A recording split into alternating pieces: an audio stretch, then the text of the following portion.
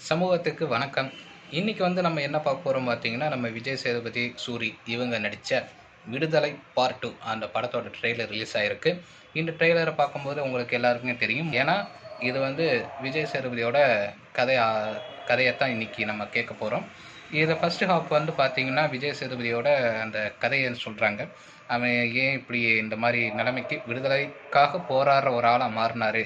அந்த எப்படி மாறுனாரு அப்படிங்கிற கதைய நம்ம போலீஸ்காரங்கிட்ட, அதுவும் கௌதம் வாசுதேவ் மேனன் அவர்கிட்ட சொல்லிட்டு இருக்காங்க.